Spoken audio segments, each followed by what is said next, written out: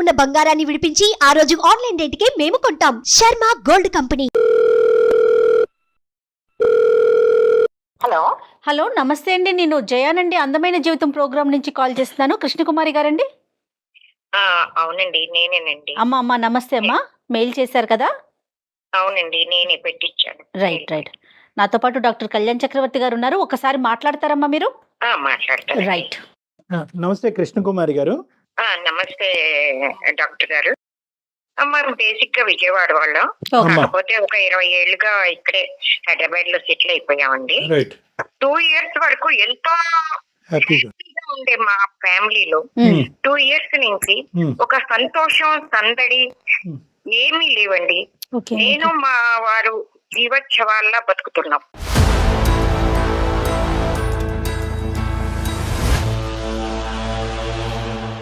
సమస్య ఏంటమ్మా? మా పెద్దమ్మాయిని ఒక అబ్బాయి ప్రేమిస్తున్నానని మోసం చేసి అబ్బాయి పెళ్లి చేసుకున్నాడండి. తీసుకెళ్ళిపోయాడు. అప్పటి నుంచి మా ఇంట్లో ఈ సంతోషం అవన్నీ కరువైపోయాయి. మా వారైతే ఇంకా చాలా బాధపడుతున్నారు. ఆరోగ్య సమస్యలు వచ్చాయి, బీపీ, షుగర్ అలాంటివి. ఏం చేస్తుందమ్మా పాప? పాప డిగ్రీ చదివేదండి, డిగ్రీ చదువుతుంది. చదువు మధ్యలోనే పెళ్ళయిందా?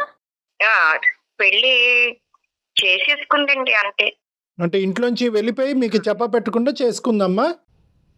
చెప్పా పెట్టకుండా అంటే వాడు నన్ను టార్చర్ పెడుతున్నాడు అన్నది మాకు బిల్డప్ ఇచ్చింది డాక్టర్ గారు. అంటే ఎట్లమ్మా? అలా మమ్మల్ని అంటే మా అమ్మాయి అంటే అసలు మా వారికి చాలా ప్రాణం. అసలు ప్రాణం అంటే పంచ ప్రాణాలు. కళ్ళల్లో పెట్టుకు చూసుకునేవాళ్ళు, అతి గారాబం. అసలు అంతా ముద్దు చేసేవాళ్ళు. నేనే ఎప్పుడన్నా ఎందుకండి అంత గారం చేస్తున్నారు అని మందలించేదాన్ని. అయినా కూడా ఆయనకి చాలా ప్రాణం. ఒకసారి కాలేజీకి దింపి వస్తూ ఉండేవాళ్ళు కూడా. అలా ఆ సమయంలో ఎక్కడో అబ్బాయితో మాట్లాడడం చూశారు మా వారు. చూసి ఇంటికి వచ్చిన తర్వాత ఏమ్మా కాలేజీ బాగా నడుస్తుందా ఏంటి అని అంటే, బాగా నడుస్తాం. ఏమన్నా చెప్పాలనుకుంటున్నావా అమ్మ అంటే, ఏం లేదు నాన్న అని 2-3 సార్లు అడిగినా చెప్పకపోయింటే అప్పుడు బయటపడ్డారు. అమ్మా నేను ఎక్కడో చూశాను, ఎవరమ్మా అంటే అప్పుడు ఏడుస్తూ, ఎవరో నాన్న నన్ను రోజు ప్రేమించమని టార్చర్ పెడుతున్నాడు, ఒక 6 నెలలుగా నన్ను చాలా వేధిస్తున్నాడు, టార్చర్ పెడుతున్నాను, మీరు చెప్తే బాధపడతారని నేను చెప్పలేదు నాన్న. ఏంటమ్మా ఇంత బాధపడుతూ మాకు చెప్పకుండా ఉంటావా? అదే ఇప్పటికైనా మించిపోయింది ఏం లేదు. నాకు తెలిసిన కానిస్టేబుల్ ఉన్నాడు, నేను వాళ్ళకి చెప్పి నేను మందలించేలాగా చేస్తాను. ఆ అబ్బాయి గురించి ఎంక్వైరీ చేయగా తెలిసింది ఏంటంటే, వాడు పచ్చి తాగుబోతూ, రోడ్ సైడ్ రోమియో, ఆవారా అన్నమాట. ఉద్యోగం సద్యోగం కూడా సరిగా చెయ్యడు. ఇంటింటికి ఈ ఫుడ్ ప్యాకెట్లు వేసే స్విగ్గీదో అలాంటిదేదో చిన్న జాబ్ ఏదో ఏం చేస్తున్నాడు. పచ్చి తాగుబోతుడు కూడా. దానికి తోడు అన్ని దురలవాట్లు ఉన్నాయి ఆ అబ్బాయికి. సరే ఇది తెలిసిన తర్వాత మా వారు సరే వాళ్ళని పిలిపించి గట్టిగా మందలించి, పోలీస్ స్టేషన్ కి పిలిపించి గట్టిగా మందలించి ఎలా అయినా సరే మన అమ్మాయి వెనక పడకుండా చేద్దామని సరే వాళ్ళని కూడా పోలీస్ స్టేషన్ కి పిలిపించారు. మేము కూడా ఆ టయానికి వెళ్ళాం. వెడితే అక్కడ జరిగింది ఏంటంటే డాక్టర్ గారు, వాళ్ళని చూడగానే మా అమ్మాయి పరిగెత్తుకుంటూ వెళ్ళి ఆ అబ్బాయి పక్కన నుంచి ఆ అబ్బాయి చెయ్యి పట్టుకుంది.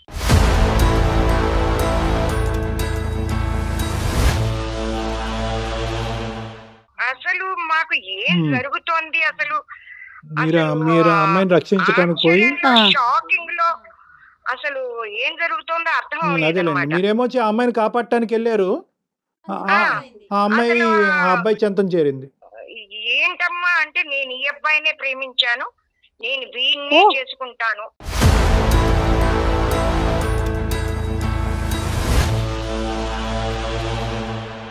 మీకేం కథ చెప్పింది, అక్కడేం చేస్తా వాళ్ళు అసలు పోలీసులు అంతకంటే ఆశ్చర్యంలో ఉన్నారు.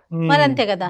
మీరేం కంప్లైంట్ ఇచ్చారు? టార్చర్ పెడుతున్నారని కంప్లైంట్ ఇచ్చారు. ఇక్కడ జరిగేది ఏంటి అక్కడ ఇంకా ఏం చెయ్యాలో తెలియక మా వారు కుప్ప కూలిపోయారు డాక్టర్ గారు.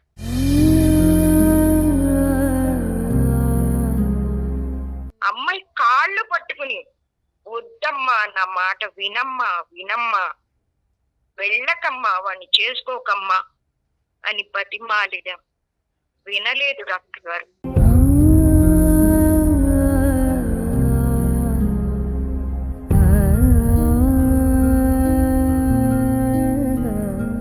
వెళ్ళిపోయి 2 సంవత్సరాలై.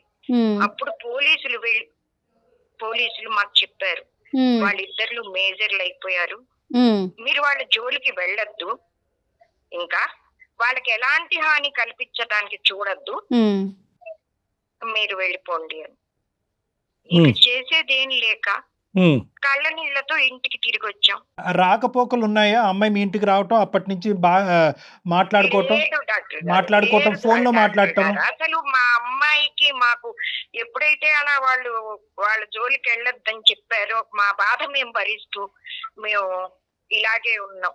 కానీ అమ్మాయి వెల్ఫేర్ ఎలా ఉంది అని తెలుసుకోవటానికి మీరు అడపదడప కాల్ చేస్తూ ఉంటారు కదా అమ్మాయి? లేదు డాక్టర్ లేదు. గారు, నేను 2-3 సార్లు చేసిన అమ్మాయి ఫోన్ ఎత్తటలేదు డాక్టర్ గారు. ఎత్తట్లేదు. అమ్మాయే ఎత్తట్లేదు.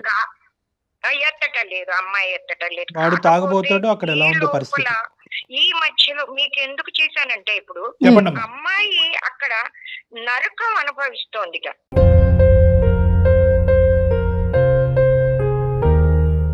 అయ్యో, ఆ వార్త మాకు తెలిసింది. అప్పటి నుంచి తల్లడిల్లిపోతున్నాం. ఎవరి ద్వారా తెలిసింది మీకు? ఏం తెలిసింది? మాకు ఎవరి ద్వారా అంటే, వాళ్ళది వికారాబాద్ జయ గారు. అమ్మా. వాళ్ళ ఇంట్లో పాలు పోసేవాడి తమ్ముడు మా వీధిలోనే ఉంటాడు. ఓహో. వాడు ఒకప్పుడు వికారాబాద్ ఎడితే వాళ్ళ అన్న అక్కడ చూసాట. ఆహాహా. అరే ఏంటి సార్ వాళ్ళ పాప. అమ్మాయి లాగా ఉంది అక్కడ ఆ, ఆ. అని అబ్జర్వ్ చేస్తే వాళ్ళ అన్నయ్య చెప్పాట, ఆహా. ఆ అమ్మాయి చాలా, ఆ ఫ్యామిలీనే సరైంది కాదురా, ఆ అమ్మాయి చాలా బాధలు పడుతోంది, ఆ అబ్బాయి తాగి రోజు కొడుతున్నాడు, అయ్యో. తాగి కొడుతున్నా. ఆ. ఇల్లిపాది చాలా టార్చర్ తన పెడుతున్నారు ఆ తన అమ్మాయిని. గొంతు తను తవ్వుకుందాం. అంతే. పెడుతున్నారు. ఉమ్. పని అమ్మాయిని కూడా మాన్పించేసేసి చివరికి ఈ అమ్మాయినా? పని మనిషి లాగా చేసేసారు అమ్మాయిని.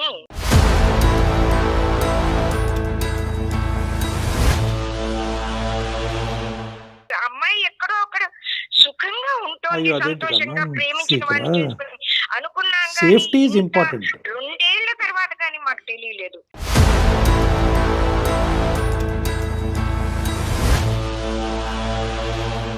ఆ అమ్మాయి అక్కడ ఎంత బాధలు పడుతుందో చివరికి ఆ అంటే అమ్మాయి కనుక్కునే ఒంటి మీద ప్రయత్నం కూడా వాతలు చేయలే, వీళ్ళు కూడా ఉన్నాయి. వదిలేసుకున్నారు ఇంకా. అది అలా విని కాదు జయ నేను గారు, పెళ్లి చేసుకుందా లేదా అనేది తట్టుకోలేకపోతున్నాను. వేరే విషయం. అసలు ప్రాణాలతో ఉందా అమ్మాయి? అమ్మాయి ఎలా ఉంది అనేది అది, అంటే 2 సార్లు ప్రయత్నం వాళ్ళ చేశారు, అడ్రస్ తెలియదమ్మా మీకు? రాకపోయేసరికి మాకు తెలీదు ఏం డాక్టర్ తెలీదా? గారు, సరే. తెలీదు. వీళ్ళు ఆ అమ్మాయి గురించి మా పాలవాడి తమ్ముడి ఫ్యామిలీ చెప్తే గానీ తెలీదు.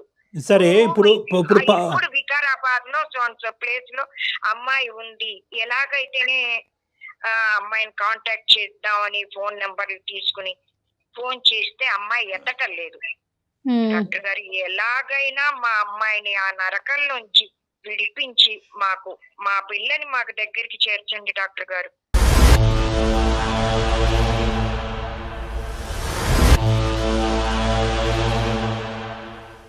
అమ్మా, ఇప్పుడు మనం ఫోన్ చేసినప్పుడు ఆ ఇంట్లో ఎవరెవరు ఉంటారో ఏమో, మరి అమ్మాయి మాట్లాడగలుగుతుందో లేదో ఏమంటారు?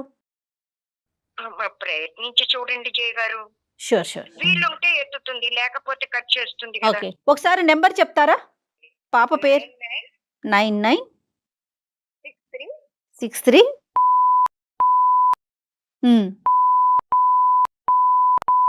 సరేనమ్మా, మీరు లైన్లో ఉండండి, నేను ఒకసారి అయితే ట్రై చేస్తాను. ఏమా? హలో. నమస్తే అండి, మేము అందమైన జీవితం ప్రోగ్రాం నుంచి కాల్ చేస్తున్నామమ్మా. అమ్మ మాతో మాట్లాడుతూ ఉన్నారు ఇప్పుడే. మీ అమ్మగారే. అదే అదే అదే ఆ విషయమే చెప్తాను, మీరు పర్వాలేదు, ఫ్రీగానే ఉన్నారా? అవును. ఓకే, నాతో పాటు డాక్టర్ కళ్యాణ్ చక్రవర్తి గారు కూడా ఉన్నారు. ఇది అందమైన జీవితం అనే ఒక ప్రోగ్రాము. అమ్మ మీ గురించి చేసి బాధపడుతూ మీతో మాట్లాడాలి ఒక్కసారైనా మీరు ఫోన్ పిక్ చేయట్లేదు అని అన్నప్పుడు నేను కాల్ చేశానండి మీకు. అమ్మ నమస్తే అమ్మ, చిన్నపిల్లవి. స్నేహ, నా పేరు డాక్టర్ కళ్యాణ్ చక్రవర్తి అమ్మ, అందమైన జీవితం ప్రోగ్రాం నుంచి మాట్లాడుతున్నాను. అయితే అమ్మ నాన్న పరిస్థితి చాలా భయంకరంగా ఉంది. అది బహుశా నువ్వు ఈ పాటికే ఊహించుకుని ఉంటావు. ఎంత పంచప్రాణాలుగా నిన్ను ప్రేమించిన తర్వాత నువ్వు తీసుకున్నటువంటి స్టెప్ వల్ల వాళ్ళు కంప్లీట్గా చిన్నాభిన్నం అయిపోయారు. చాలా సందర్భాల్లో నీ యొక్క యోగక్షేమాలు ఎలా ఉన్నాయనేది తెలుసుకోవటం గురించి ప్రయత్నం కూడా జరిగిందంట. కానీ చాలా సందర్భాల్లో మీరు ఫోన్ ఎత్తట్లేదంట, అస్సలు ఎత్తలేదంట. అంటే నేనున్న కండిషన్స్ గురించి వాళ్ళకి నేను చెప్పదలుచుకోలేదు సార్. అందుకే నేను ఇప్పుడు నీ పరిస్థితి ఎలా ఉంది అనేటటువంటిది క్లియర్ కట్గా మాకు ఎవిడెన్స్తో పాటు మాకు వచ్చింది. ఓకే, సో ఇటువంటి పరిస్థితిలో అమ్మగారు మా చేయటంలో ఇప్పుడు అమ్మగారు యాక్చువల్గా బ్యాక్గ్రౌండ్లో ఉన్నారు. ఈ కాల్లోనే అమ్మగారు ఉన్నారు. కావాలంటే నువ్వు ఒకసారి అమ్మతో మాట్లాడమ్మా. స్నేహ, అమ్మా స్నేహ తల్లి, ఎలా ఉన్నావమ్మా? ఎన్ని రోజులైందమ్మా నీకు? చెప్పమ్మా. అమ్మా స్నేహ. ఉన్నానమ్మా, ఉన్నాను. ఎలా ఉన్నావమ్మా? ఎలా ఉన్నావు తల్లి? నాన్న ఎలా ఉన్నారు?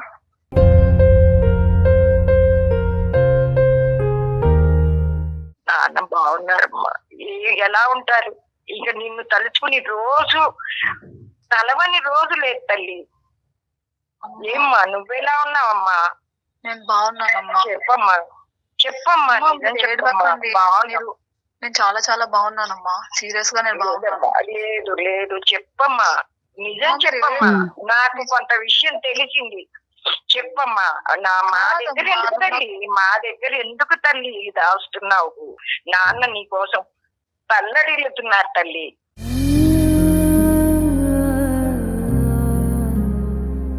ఈరోజు బాగున్నాను అనేటటువంటి మాటతో ఈ బంగారు అవకాశం పోగొట్టుకోవద్దమ్మా. ఎందుకంటే నీ టోను, నీ మాటలో నువ్వు ఎటువంటి వేదనకు లోనవుతున్నావు అనేది మాకు అర్థం అవుతుంది. ఆ మాత్రం మేము అసెస్ చేయగలం. ప్లీజ్ కైండ్లీ ఓపెన్ అప్ అమ్మా, అదొకటే నేను రిక్వెస్ట్ చేస్తున్నాను. ఉన్నది ఉన్నట్టుగా చెప్పండి. ఈ అవకాశాన్ని తీసుకోండి. మేము ఏమైనా హెల్ప్ చేయగలిగంటే మా తరపున మేము హెల్ప్ చేస్తాం. అది నేను వాళ్ళని బాధ పెట్టింది చాలు సార్. ఇప్పటికే నేను చేయకూడదు చాలా పెద్ద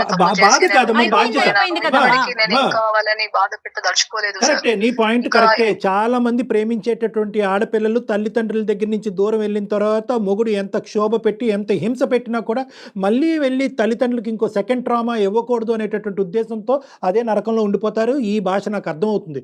కానీ ఈ రోజు ఆ బాధ కంటే కష్టపడ్డారు సార్. చిన్నప్పటి నుండి చాలా కష్టపడ్డారు. నేను ఇంకా కష్టపెట్టదలుచుకోలేదు. కాదమ్మా, ఇది వాళ్ళ బాధ్యత. ఇది వాళ్ళ బాధ్యత. నువ్వు సంతోషంగా కాదండి, అమ్మాయి సంతోషంగా లేనప్పుడు నువ్వు తెలిసి చేసినా తెలియకుండా చేసినా కూడా నీ తప్పుని పెద్ద మనసుతో క్షమించేటటువంటి తల్లిదండ్రులు నీ వెన్నంటూ ఉన్నారు. ఈరోజు వాళ్ళు ఒకే మాట అడుగుతున్నారు, నీ బాధని చెప్పుకో, అది మా బాధ్యతగా తీసుకుంటాము, నీకు కావలసినటువంటి సహాయ సహకారాలు మేము అందిస్తామని చెప్తున్నారు. వాళ్ళు నువ్వు చెప్పకపోవటం వల్ల వాళ్ళు సుఖపడతారని అనుకోవద్దమ్మా, వాళ్ళు ఇంకా బాధపడతారు. ఈ సస్పెన్స్ వల్ల ఆల్రెడీ 2 yearsలో వాళ్ళ ఆయుష్ చాలా వరకు తగ్గిపోయింది. నువ్వు తప్పు చేసి వెళ్ళిపోయావు అనేటటువంటి బాధ కంటే నువ్వు ఎలా ఉన్నావు, ఎందుకు ఫోన్ ఎత్తట్లేదు అనే బాధ ఎక్కువగా ఉంది వాళ్ళకి. అట్లీస్ట్ ఈ అవకాశాన్ని తీసుకుని విడమర్చి చెప్పమ్మా ప్లీజ్. తల్లి స్నేహ, చెప్పమ్మా. నేను అసలు చాలా చాలా పెద్ద తప్పు చేసినానమ్మా. నేను అసలు ఇలా రాకుండా ఉండాల్సింది. ఆ రోజు నాన్న ఎంత బాధ పెట్టాను నాకు ఇప్పుడు చాలా అర్థమవుతుంది. నేను దానికి 10 ఇంతలు అనుభవిస్తున్నానమ్మా.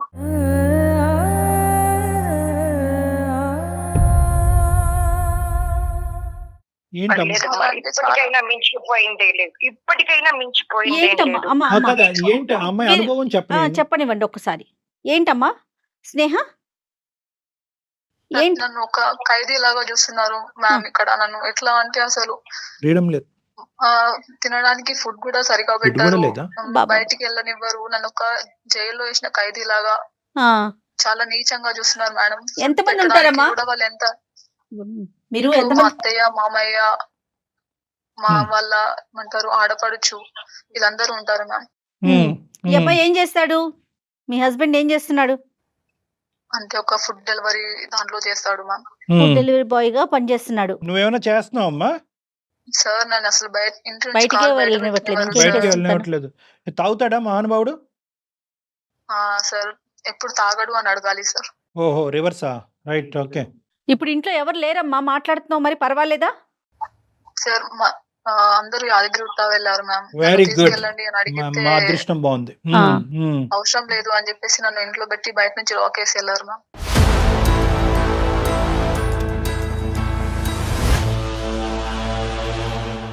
బయట నుంచి లాక్ చేశారు. అవును. అంటే ఎవరైనా వచ్చినా ఎవరు లేరు అని చెప్పేసి తెలవడానికి. కాదమ్మా, నీ దగ్గర ఫోన్ ఉంది కదమ్మా. ఇప్పుడు అమ్మాలు ఫోన్ చేసినప్పుడు నువ్వు ఫోన్ ఎత్తట్లేదు. అట్లీస్ట్ నీ హెల్ప్ గురించి ఎవరో ఒకరికి ఫోన్ చేయొచ్చుగా. అలా కాల్ చేయొద్దని చెప్పేసి నాకు వార్నింగ్స్ ఇచ్చారు సార్. నీ ఫోన్ ఫోన్ కూడా చెక్ చేస్తారా? ఫోన్ కూడా ట్రాక్ చేస్తారు అన్నమాట. ఫోన్ చేస్తారు, ప్లస్ మళ్ళీ ఎవరు కాల్ చేశారని వచ్చినాక అడుగుతారు. ఇన్ కేస్ ఏదైనా వాళ్ళకి కొంచెం అనుమానంగా కనిపిస్తే కొడతారు.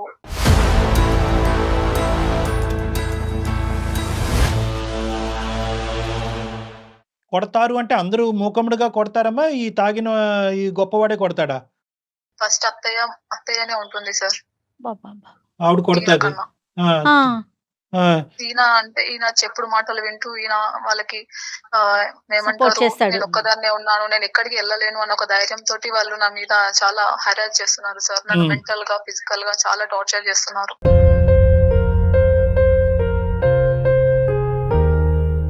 అయ్యో నా తల్లి. మరి నీకు అర్థమవుతా ఉంది కదమ్మా వాళ్ళు టార్చర్ చేస్తున్నారని. నీ చేతిలో ఫోన్ ఉంది. చెప్పు, ఈ రోజులో కూడా ఇంతగా భయపడి ఆలోచిస్తున్నావా? ఒక అడుగు ముందుకు వెయ్యొద్దు. అంటే నువ్వు అంటే కాదమ్మా, నీకు సపోర్ట్ లేదు అనా? అంటే ఫ్రెండ్స్ గానీ నేను ఏదో ఎవరు లేరా తల్లి? పెద్ద తప్పు చేసేసాను కాబట్టి నేను తలెత్తుకోలేని తప్పు చేశాను కాబట్టి ఈ నరకం అనుభవించడం అనేటటువంటిది నా కర్మ అన్నట్టుగా డిసైడ్ అయిపోయావా? సార్ నేను ఆ రోజు ఇప్పుడు నేను అంటే మేబీ పేరెంట్స్ ని ఒప్పించి చేసుకొని ఉంటే నాకు అందరిది సపోర్ట్ ఉంటుండే కావచ్చు. బట్ నేను మా నాన్నకి నేను ఎదిరించి అసలు ఆయనకి అనుకోని విధంగా నేను చేసి ఇక్కడికి రావడం అనేది నేను చేసిన తప్పే అమ్మా, కదా సార్. ఇంకా ఫ్యామిలీలో నీ కజిన్స్ గానీ నీ ఫ్రెండ్స్ గానీ ఎవరితో కూడా నువ్వు మాట్లాడే అవకాశం లేదా తల్లి వచ్చేసినాక? మ్యామ్ ఫోన్ ఉండదు మ్యామ్. ఇది కూడా ఎందుకు అంటే ఏదన్నా అసలు ఫోనే లేదు. ఏం ఎవరైనా చేస్తుంది? వచ్చినా ఎలా ఏదైనా కమ్యూనికేట్ చేస్తుంది? దేనికన్నా కన్వీనియంట్ గా ఉండాలని చెప్పేసి ఈ రోజు మొబైల్ ఇచ్చారు, కానీ ఇది కూడా ఉండదు మ్యామ్. కానీ అబ్బాయి ఈ 2 years ఆర్ 2.5 years నీ మ్యారేజ్ లో పిల్లలు లేరు కదమ్మా ఇంకా? లేదు సార్. బతికించావు. Right, very good. కాదమ్మా, ఇప్పుడు బయట పడాలి అనేటటువంటి ఆలోచన నీకు ఎప్పుడు నీ రాలేదా? ఒపీనియన్ ఏంటి? అంటే ఇప్పుడు ఓకే, నువ్వు భయపడుతున్నావు, అమ్మ నాన్నకి చేయకూడదు, అంత ఫోన్ ట్రాక్ అవుతుంది, లేదంటే ఫోనే ఇవ్వట్లేదు అనేటటువంటి చెప్పినా కూడా నీ ఉద్దేశం ఏంటంటే ఈ 2 years లో ఎక్కడన్నా కొద్దిగైనా ఈ ఒక్క అంశం గురించి ఈ కుటుంబంలో కంటిన్యూ అవుదాం అనేది ఏమన్నా ఉందా? ఒక గొప్ప విషయం చెప్పుకోదగ్గ విషయం? కాకపోతే అనుకున్నాను అంటే నాన్న పెంచింది అలా ఎట్లా అంటే మన కాళ్ళ మీద మనం నిలబడాలని పెంచాడు. కాకపోతే నేనేమనుకున్నానంటే ఇక్కడ నుంచి వెళ్ళిపోయి మేబీ పేరెంట్స్ తో కాకుండా, ఎందుకంటే ఇప్పుడు నేను బయటకు వచ్చిన సిచ్యువేషన్ లో ఈ టైంలో నేను నాన్న దగ్గరికి వెళ్తే చుట్టుపక్కల ఉన్న వాళ్ళని మళ్ళీ ఉన్నా లేని మాటలతో ఎత్తి పొడుస్తూ ఆయన ఇంకెంత బాధపడతారో అని చెప్పేసి ఆలోచనతోటి ఇక నేను very typical thought of a girl. ఇలాంటి సిచ్యువేషన్ లో ప్రధానంగా ఏంటంటేనమ్మా, వీళ్ళు బహుశా నీ ఆస్తి కానీ లేదంటే మీ తల్లిదండ్రులు అంత ప్రేమగా నిన్ను చూసుకున్నారు కాబట్టి అదేమన్నా వాళ్ళు రాబట్టుకోవచ్చు అనేటటువంటి ఉద్దేశం కూడా వాళ్ళకు ఉందని నీకు ఎప్పుడైనా అనిపించిందా? నీ ఆస్తి వివరాలు ఎప్పుడైనా అడిగారా? లేదు సార్. అంటే నేను బయటికి వచ్చేటప్పుడే చెప్పాను, నేను నా ఇంటి నుంచి నేను 1 రూపాయి కూడా I will coming తీసుకున్నాను empty అంటే. అంటే తన నాతోటి ఎట్లా ఉండేవాడు అంటే మొదట్లో అసలు నేను లేకుంటే బతకను, చనిపోతాను, నన్ను మీద చూపించే కేరింగ్, ఈ డ్రామాలన్నీ ఉంటాయి. యాక్చువల్ గా అవన్నీ నేను అసలు ఎంత ఎక్స్పెక్ట్ చేయలేదు సార్. నేను అసలు వచ్చిన నెక్స్ట్ సెకండ్ డేనే నేను అన్ని చూసేసాను. ఇదే డైలాగ్ నేను 20 years బట్టి వింటూనే ఉన్నాను. ఎక్స్పెక్ట్ చేయలేదండి, పెళ్ళైన తర్వాత మారిపోయాడు. మా అత్తగారు ఇలా ఉంటుందని తెలీదు, అత్తగారు ఇలా ఉంది. మా ఆయన ఏమో తాగడం అని అనుకున్నాను, తాగుతున్నాడు. మా ఆయన కొట్టడం అనుకున్నాను, కొడుతున్నాడు. ఎంతో ప్రేమించుకున్నటువంటి మా ఆయన ఈ రోజు ఇలా మారిపోయాడు. సరే, ఈ కథ వెరీ కామన్ అమ్మా. అంటే ఆ ప్రేమ అనేటటువంటి ఆ వ్యాధి, అంటే నేను చెప్తున్నాను ఇలాంటి అంశాల్లో అవతల వాడు ఏం ఉద్యోగం చేస్తున్నాడో చూడకుండా, అవతల వాడు తాగుతాడా తందనాలు ఆడతాడా చూడకుండా, నేను ఒక్కదాన్నేనా నాలాంటి వాళ్ళు 10 మంది వాడి జీవితంలో ఉన్నారు, ఈ లెక్క పత్రం ఏమీ లేకుండా పట్టుమని దిగిపోయి పారిపోయి పెళ్లిళ్ళు చేసేసుకుని నరక యాతన అనిపిస్తుంది. ఇటు రాలేరు, అక్కడ ఉండలేరు. ఇక్కడతో ఆగితే పర్లేదమ్మా. నేను ఇప్పుడు ఈ అమ్మాయిని ఇంకో ప్రశ్న అడగబోతున్నాను. అమ్మాయి ఎప్పుడైనా కూడా ఎందుకు ఈ బ్రతుకు, ఇలా బ్రతకటం ఎందుకు, చనిపోవాలన్న ఆలోచన ఎప్పుడైనా వచ్చిందా నీకు? చాలా సార్లు వచ్చింది సార్. బ్రతుకు అదే పాపని ఎలాగైనా బయటికి తీసుకురావాలి, ఆ నరక కూపంలోంచి బయటకు పడేయాలి. నేను రాలేనమ్మా. లేదమ్మా, అసలు నేను రాలేను. చాలు నువ్వు అనుభవించిన నరకం చాలు. అమ్మా, ఈ రోజు నువ్వు బ్రతికి, ఈ రోజు నువ్వు నిజంగా మేము అందరం ఆశ్చర్యంలో ఉన్నాము. నిజంగా నువ్వు బ్రతుకుండి, ఆ నరకంలో బ్రతుకుండి ఈ రోజు ఫోన్ కాల్ ఎత్తటం అనేటటువంటిది మేము అందరం అదృష్టంగా భావిస్తున్నాము. నువ్వు దయచేసి ఈ అవకాశాన్ని తీసుకోవాలని మా విజ్ఞప్తి అమ్మా.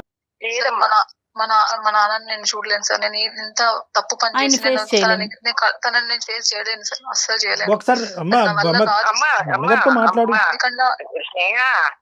నేహ, నాన్న నిన్ను ఇప్పటికీ ఎంతో ప్రేమిస్తున్నారు. నువ్వు నాకు వెనక్కి తెలుసు, కళ్ళల్లో నాకు పెట్టి తెలుసు. చూసుకుంటారమ్మా, నాకు తెలుసు. కళ్ళల్లో పెట్టి చూసుకుంటారు, గుండెల్లో నాకు పెట్టి తెలుసు. చూసుకుంటారమ్మా. నువ్వు ముందు ఈ నరకం నుంచి బయటపడమ్మా. మేము ఏదో ఒకటి చేస్తాం నీకోసం, ఏదో ఒకటి చేస్తాం. నేను నిన్ను అంత తీసుకెళ్ళడానికి రెడీగా ఉన్నాం. లేదు మ్యామ్, నేను మా నాన్నని ఫేస్ చేయలేను. అదొక్కటేనా? ఓపెన్ గా చెప్పు స్నేహ, అదొక్కటేనా? మ్యామ్, ఒక పెళ్ళైన అమ్మాయి బయటకు వస్తే అసలు ఇలా ఈ లోకం ఎలా మాట్లాడుతుంది మ్యామ్? అది కూడా నేను ఎంత తప్పు పని చేసి ఇట్లా వెళ్ళిపోయి ఏం లోకం మళ్ళీ అమ్మా, ఇంకా ఏ ఎవరి లోకం తల్లి, నువ్వు లోకం పెళ్లి అమ్మా? చేసుకున్న రోజే అయిపోయింది కదా, అది ఏది అలా? వదిలేసే. ఆ లోకాన్ని నీ బయట ఉన్న తాళం కప్పని తీమను. అదే కదా. మీ ఇంటి బయట తాళం కప్పు వేశారు కదా, ఆ లోకాన్ని ఒకసారి ఆ కిటికీలోంచి అరిచి తాళం కప్పు బయట నుంచి వేసారు, తీమనండి అమ్మా. ఏం మాట్లాడుతున్నావు అమ్మా నువ్వు? ఇంకా ఈ రోజుల్లో కూడా ఎవరి జీవితం వాళ్ళది స్నేహ. ఇంకా కూడా 10 మంది ఏమనుకుంటారు, పక్కింటి వాళ్ళు ఏమనుకుంటారు, అది ఈ ఆలోచించదు. రోజు నీ coming- జీవితం నీ జీవితం. ఈ రోజు coming to the point, me father నీ పరిస్థితిని ఇలా తెలుసుకుంటే కనుక అతను తల్లడిల్లిపోతాడు, చనిపోతాడు అతను. అంతే. దయచేసి అర్థం చేసుకోండి. మీరు ఎవరికి ఈ రోజు హెల్ప్ చేయట్లేదు. మీ బాధను మీరు దిగమించుకోవటం వల్ల మీరు ఎవరికి న్యాయం చేయట్లే. మీకు అన్యాయం అవుతుంది, ఆ పెద్దవాళ్ళకి అన్యాయం అవుతుంది. ఈ రోజు మీకు చిన్నపిల్ల, నువ్వు ఇంకా 2 years అయింది నీకు మ్యారేజ్ అయ్యి, నీ అదృష్టం కొద్ది నీకు పిల్లలు పిల్లలు కూడా లేరు, లేరు. ఎవరు లేరు కాబట్టి నువ్వు నీకుగా మళ్ళీ బ్రతకటానికి 1000 అవకాశాలు ఉన్నాయి ఇక్కడ. నువ్వు ఆ గుమ్మంలోంచి కాలు తీసి బయట అడుగు పెడితే కనుక మీకు మేము ఏమన్నా సహాయం చేయడానికి అవకాశం ఉంటుంది. నువ్వే మా హెల్ప్ వద్దు అంటే కనుక మీరు మేజర్స్ మేమేమీ చేయలేం. నాకు అంత ధైర్యం రావట్లేదు సార్. ఇక్కడ నుంచి వచ్చేంత ధైర్యం మేమున్నాం అమ్మా, మీతో రావట్లేదు. పాటు మేమున్నాం. We are there for you. అమ్మ నువ్వు మేజరు కథ తల్లి, పెళ్లి చేసుకున్నావు, చక్కగా ఒక 2 ఏళ్ళు ఉన్నావు, మంచో చెడో జరిగిపోయింది. ఇంకా ఇలాంటి విషయాలు కూడా ఇంకా ధైర్యం చేయలేకపోతాను, నువ్వేమైనా త్యాగం చేస్తున్నానని ఫీల్ అవుతున్నావేమో. బహుశా ఆ కాన్సెప్ట్లో నుంచి అయితే బయటికి రా. అదే చెప్తున్నారు డాక్టర్ గారు. నువ్వు అక్కడే ఉండటం వల్ల నీ తల్లిదండ్రులకి ఏ విధమైన త్యాగమో, వాళ్ళకి మంచి పేరో నువ్వు చెయ్యట్లేదు. అమ్మ చెప్తుంది కదా, నిన్ను మీ నాన్నగారు మొత్తం మీ కుటుంబ సభ్యులు అందరూ కూడా మనస్ఫూర్తిగా నిన్ను క్షమించారు, నీ తప్పుని తీసి పక్కన పెట్టారు. నువ్వు వాళ్ళని అవమానించినట్టుగా, ఈ కుటుంబాన్ని పరువు తీసినట్టుగా వాళ్ళు భావించట్లేదు. అదంతా గతం గతః, అది వదిలేశారు. ఈ రోజు వాళ్ళ ఎజెండా ఒక్కటే, నీ భవిష్యత్తు, నీ ప్రాణం, ఈ రెండే వాళ్ళకి ఇంపార్టెంట్. ఒకవేళ వాళ్ళు నేను మారుతాను, నేను మంచి చూసుకుంటాను అంటే అప్పుడు నేను ఏం చేయాలి మ్యామ్?